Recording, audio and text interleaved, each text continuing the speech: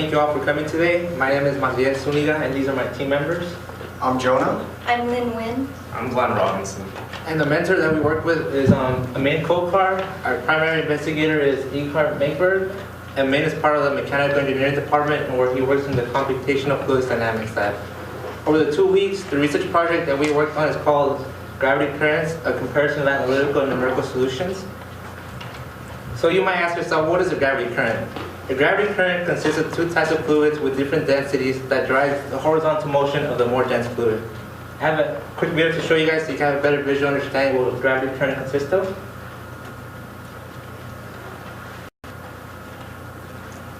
So as you'll see in the video, the gravity current is the green fluid and the ambient fluid is the one in blue. The gravity current is traveling across the motion due to its higher density. The importance of studying gravity currents that we can apply to real-world applications. Turbidity currents can be modeled as a gravity current in which turbidity currents carry fossil fuel sediments, which by understanding this type of current, it can allow oil industries to have better estimate location on where to locate oil reservoirs. But also by studying gravity currents, we could apply it to a haboob. A haboob is a type of dust storm that is carried on an atmospheric gravity current, in which by studying gravity currents, we can determine the elevation and the velocity of the haboob. Another application that we could use gravity current to is on a sea breeze. The differences in heating over land and sea creates a horizontal density differences on the sea, which sets up the sea breeze. And by once again studying gravity currents, we can then determine the velocity of a sea breeze. As far as for the modeling versus the real world, our main overall goal is to see if the analysis of the gravity current system using laws of physics agree with the numerical simulations, which is just as good as an experiment that mimics the real world.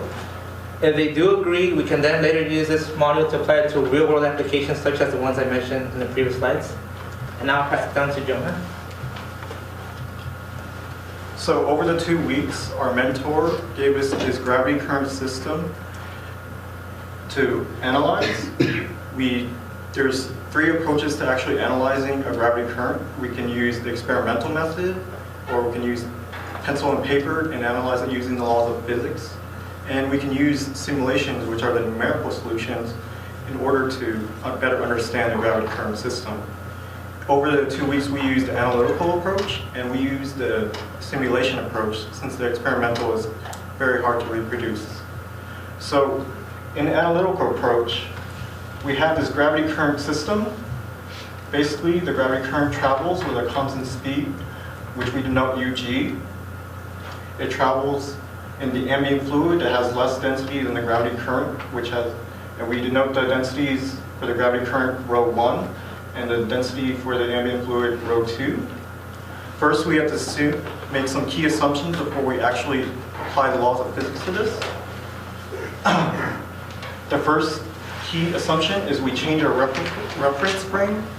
Now we travel with the gravity current. The gravity current is now at rest. This allows the ambient fluid to travel at the forward front with a speed UG. We ideally shape the gravity current. We characterize the ambient flow as steady state, and we ignore the internal forces of friction within the fluids. Using this system, we now look at which parameters we can analyze in order to make some equations that we could use in the simulation. So here are our parameters that we found when analyzing the system. We know gravity acts on this system with the constant acceleration, which we call g. We know the height of the gravity current, which we denote lowercase h. We know the height of the total system, which we denote capital H. We know the densities of the gravity current, which is rho 1, the density of the ambient fluid, rho 2. What we do not know the speed that's acting at the forward front, which it's still the speed of the gravity current, and we do not know the speed at the outlet. We do not know what pressures are acting at the inlet, and we do not know the pressure acting out at the outlet. However, using these parameters and the laws of physics, we can make relationships based off just these parameters. The first relationship we got was from the conservation of mass, which we able to relate the speed of the gravity current with the speed of the outlet. And basically what this equation says is the speed at the outlet is faster than the speed at the inlet by some factor of the heights. Next, we were able to derive another equation using the conservation of momentum. We found that the pressure difference from the inlet and the outlet can be found with all the known parameters of this system, the densities, the heights, and the unknown speeds of the inlet and the outlet. Next, we applied energy conservation law, and we found Bernoulli's equation, which is a typical equation you find in steady state flows.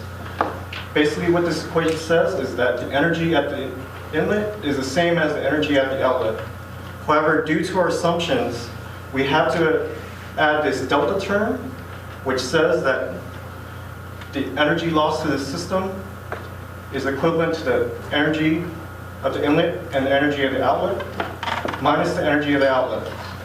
And we know this delta term has to be greater than or equal to 0 in order for this equation to work. Next, we were able to derive the actual speeds within known parameters using the conservation of circulation. And we found that the speed at the outlet is equivalent to the densities and the height of the gravity current, and the speed at the outlet is equivalent to the parameters of the height of the gravity current and the height of the inlet with the densities. Using these equations that we obtained, we were able to derive more equations that we could actually use to compute values for the simulation, which I'll turn over to Lynn. So we use these equations to acquire the values needed for the simulation parameters. They're scaled equations, meaning they are divided by the derived equations, allowing us to use smaller numbers. They are dimensionless quantities, meaning they don't use units, like meters per second, and they are functions of the height ratio denoted by h star, which equates to the height of the gravity current over the total height of the system. We computed the inlet and outlet speed denoted by UG star and U naught star in terms of the height ratio h star, as well as the energy loss delta star in terms of h star. If you notice here, delta star must be greater than or equal to 0 due to the energy conservation, as well as this quantity here, 1/2 minus h star, or the height ratio. It cannot be a negative value, or it doesn't work with the system, again due to energy conservation. And for our computational data, we used MATLAB to graph our equations and plot points. We chose and tested 6 points where 3 were less than 1/2, 1 exactly at 1/2, and 2 that are greater than 1/2 on the graph of this height ratio versus inlet speed. And the points that were less than or equal to 1/2 were physically valid, again due to energy conservation. And then we put our data into a turbines 2D simulation to get a visual of our gravity current, which I will pass on to Glenn. Thank you. All right, so before we get to the simulations, let's take a look at a graph of energy loss. So here we have delta star on the y-axis and our height ratio h star on the x-axis. So real quick, we need to consider 2 discrepancies. One that we've been mentioning, that delta star must be greater than 0 due to the law of conservation of energy, and also that our code itself does not account for energy loss. So we're going to choose 3 points. One point where delta star is positive, one where it's at 0, and also one where it is negative. So now let's take a look at our simulations. So here's a simulation that H star is equal to 50 or 0.50 or 1/2. As you can see, here's the initial position and its initial height, 1/2. And now you can see that the gravity current is moving to the right, very slowly, steady, and it's still keeping its initial height at 1/2 with very little distance, probably a 3 to 4% error. So overall, we can say that this simulation is pretty good. So now let's take a look at our next simulation, which is at H star is equal to 0.3, a positive point for delta star. Initial position, its initial height.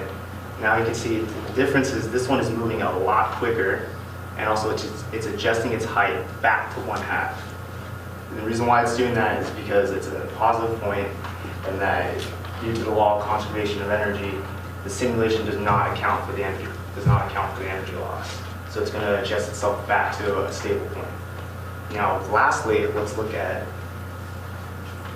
our negative point. H star is at 0.72.